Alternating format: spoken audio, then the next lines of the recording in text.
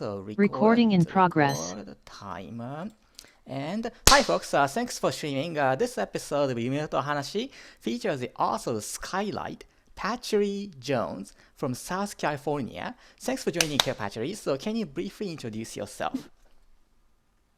Yes, hi, my name is Patry Mhm. Jones. I'm a debut middle Debut. grade fantasy author with a book coming out this June. I live here locally in Southern California, married, two kids, and a lazy dog. So you always see that. Lazy dog. So what is your name of Yeah, lazy dog?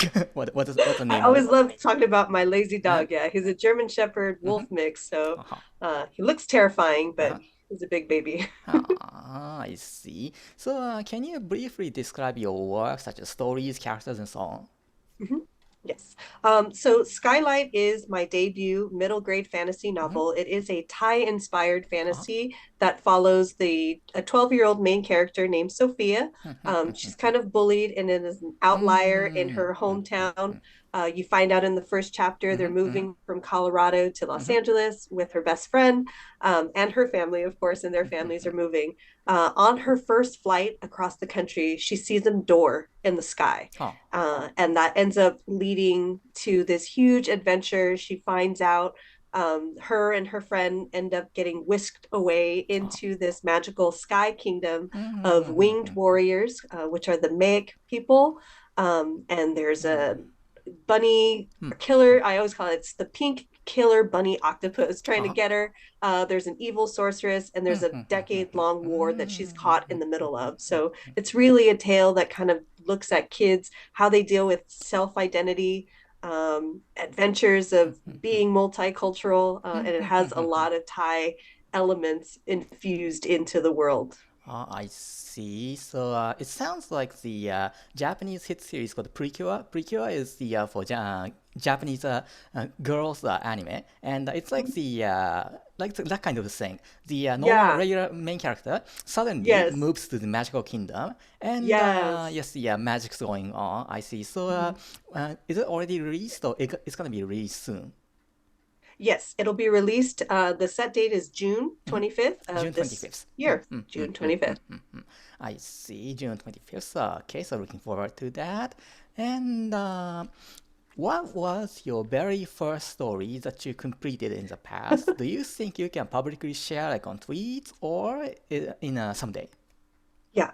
So the very first time I really kind of fell into writing, it's not something that I set out to do. This story with Skylight was a project that I started with my daughter. Mm-hmm. Like I wrote a paragraph, she wrote a paragraph, and then Mm-hmm. I kept on going. But my very, very first story that I sat and wrote down on my own um, was more of an adult story. Huh. And I had rom-com stories because I love watching rom-coms. So when I thought I could write it, I did publish it before, like I put it on Wattpad, Uh-huh. but I never promoted anything. Oh, So is that something I would probably share?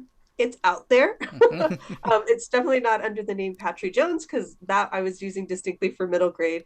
But I do kind of dabble in different genres, and I a year ago, 2 years ago, I would definitely say no. I would never share anything that Ha I ha write. ha ha ha. But now it's a little different, and it's Mm. okay to write bad stuff because that's Mm-hmm, part of mm-hmm, the mm-hmm. writing process. So I would probably share it. But Yes, I wrote 101 Reasons to Fuss was an adult woman's rom-com see. fiction. Yes, that's why we have Twitter account, because Twitter account we Yeah, can pretty much experiment anything, and if it goes well, exactly. we can get likes, and if it don't, Exactly. then we can just delete it. So Just delete it. It's okay. I see. And as you said earlier in our conversation, you are Thai descent, right? So the this Mhm. Thai descent is gonna affect your story. It does in terms like the reason I wrote Mm-hmm. Skylight Mm-hmm. was really to try to find a book or a story that could teach my kids Thai because they're half Thai and they're half African American. So I don't really speak the language to them, but now we're living like back at home, and so we're in talking about visiting Thailand, and I wanted to find an easy way to introduce the language to them because you can't find Thai tutorials like on Duolingo or something like that. And so, besides talking to them or having them kind of see and hear the language, I thought this would be a fun way to be able to introduce language to it.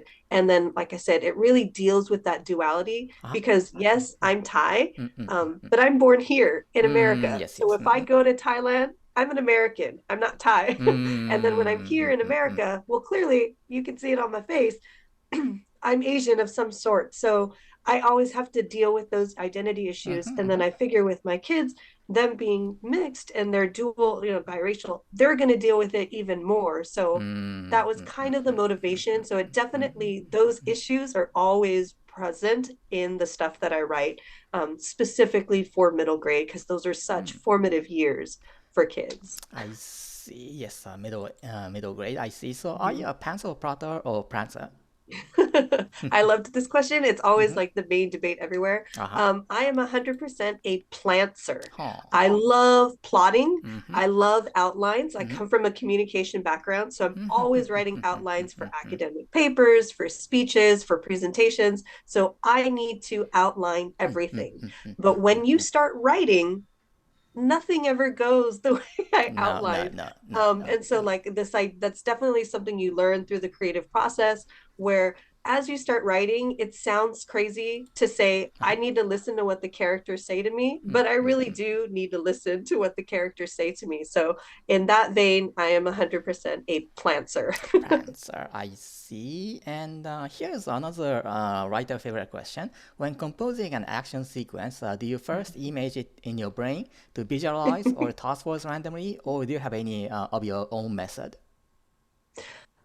I totally do the visualization method. And it wasn't until I started working with critique groups and I found my critique partners that I noticed or realized not all writers do this. I tell my critique partners, I have to see the scenes before I can write them down. So they kind of play in my head as a movie. And then I take it and then I try to write it down. Specifically with action, it's probably because I watch too much anime and I watch too many like Asian dramas and action films. But I'd like to watch those scenes to learn how am I going to describe the action and the fighting that is going on. So I definitely maybe overcompensated because I feel like I don't really write action. But in Skylight, I introduce Muay Thai or like Thai kickboxing as their main fighting methods. So I took classes a little bit as a kid, so it's seeing those scenes and then focusing on those movements before I write it on the page. I see. Sounds pretty highly visual in your novel. I see. Visual. And can you name your recommended 3 books that quickly popped in your Oh my mind? goodness. Yes, off the top of my head, like when I saw this question, I went and then I just posted a TikTok with like my 20 favorite reads or influential reads to kind of prepare for this. But top 3 reads right now, I would say George Rege's Shad Hadid and the Alchemist of Alexandria. His series, it does have the Forbidden Alchemist is the sequel to that. A second read, The Last Mapmaker, Christina Sunthornvat. Clearly 2 middle grade books because I write middle grade. But my all-time favorite series is The Invisible Library, which it's a YA fantasy. I think she classifies it as urban fantasy, steampunk, about a group of magical librarians that travel to different worlds to save original copies of books for their library. So Invisible Library. Yes, currently I go to library every Friday because I'm studying novel writing right now. So maybe I gotta search the Invisible Library on this Invisible Friday. Library, yeah. Genevieve Cogman. She's got I think there's 6 books in the series, but The Invisible Library is the first one, and I totally fell in love with that one. I talk about it all the time. I see. And here's another writer's favorite question. Any favorite Japanese anime or manga? Favorite Japanese favorite anime. I'm late to the anime game as well. I don't always watch the mainstream ones. Then I joke, I kind of started watching it because my daughter liked to watch anime. But all-time favorite was Beastars. Beastars. Yeah, so that's like the alternate world. They're all like beast. And the main character is Beastars. Yeah, Beastars. And so I don't know the Japanese name of it. Yeah, the same. But I watched it on Netflix. And then I started watching the first few episodes. And then I always either watch something first and then I'll read the manga. And so I stuck with the manga and finished it. So the series is finished on the manga. And then I kind of like, if it comes. But Beastars is my all-time favorite. I named my dog Legoshi because he's part wolf. So. Negotiation. I Um, see. And how but about, I'm totally yes. hip on Apothecary Diaries right now is like the other one Yes, that I'm 薬屋の watching ひ and I 人、follow. yes, 薬屋の人事. Yes, yeah. Many of my folks prefer the anime pretty much right now. So it's pretty interesting anime because it's a kind of a fantasy Chinese Yeah, setting, but the yeah, main character is hiding her identity and try to solve those yes. mysteries, and it's pretty hmm intriguing. I love that one. It's I really fun. see. And I'm definitely in the I like to read the subtitles because I like hearing the original languages. So nothing against dubbed versions of No, animes, dubbed but I versions will is. always want to hear the original language. How about your favorite films, TV, music, or those audio-visual entertainment? All-time favorite movie, Howl's Moving Castle. Uh-huh. Anything by Studio Ghibli, of course. So you can clearly see I love the cartoons. That's probably why I write middle grade because I watch too many cartoons. But Howl's Yes. Moving Castle is definitely one of my favorite. And my best moment in House Moving Castle is when they make bacon egg. That's one of the Yes, best scene that in yes, that all film, the I think. best. That's like the quintessential scene, right? And Yes. like Calcifer is such a fun Uh-huh, character, and uh-huh. he's not even like a main hmm character. Yes, I think most people remember Calcifer instead of those how other characters, I Yes. think. I see. And how do you cope with your daily stress?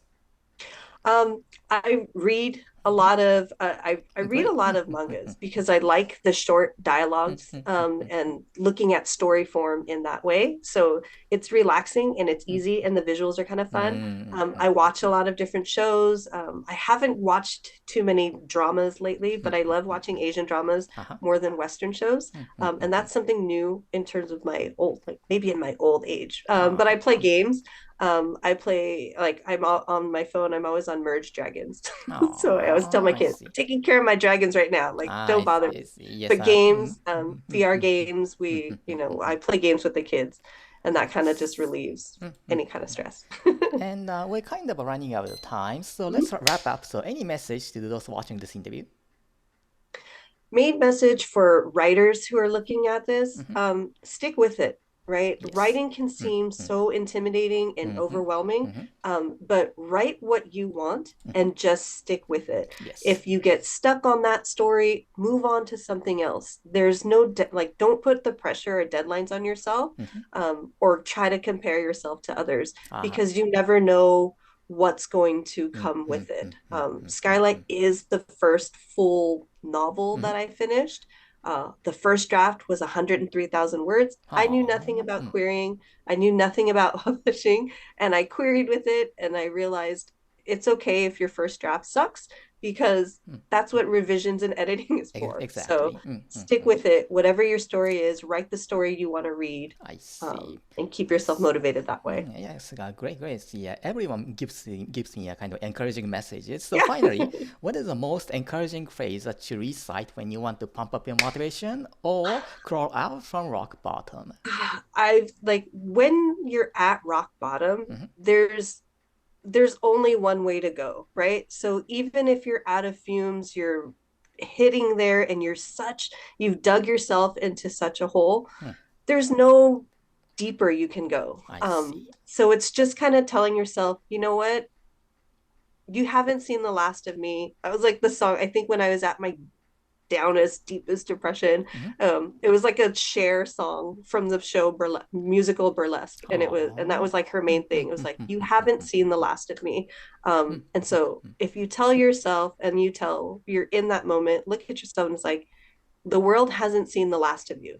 So be willing to put yourself out there, because the worst anyone can say is no. And you know what? At least you've done it and you gave it a shot. So you haven't seen the last of me. I see. Okay, thank you very much, Patrick. So her book is called Skylight and released on June 25th, 5th, you said? Okay, so folks, if you're interested in Patrick, please pick her work and follow her account at Points Tangent on Twitter or Pat Jones on IG, TikTok, Blue Sky, and Facebook, quite a lot. So truly there's a lot. Truly appreciate your participation in this segment, Patrick. Awesome. So wish you great success and we'll keep in touch. Awesome. Thank you so much. Thank you so much.